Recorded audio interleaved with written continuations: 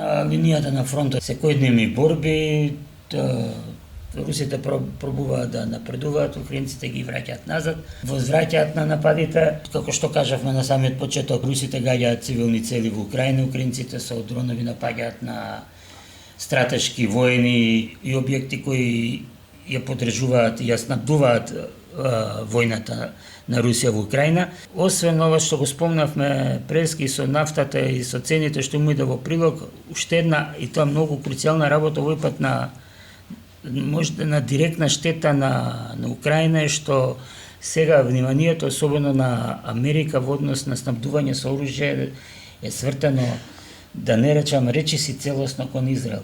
Се уште не е одобрен и не се знае кога ќе биде одобрен и кога ќе тргне следниот пакет воена помош од Америка за Украина. Значи како да ги замрзнаат тие односи, не ги ни спомнуваат.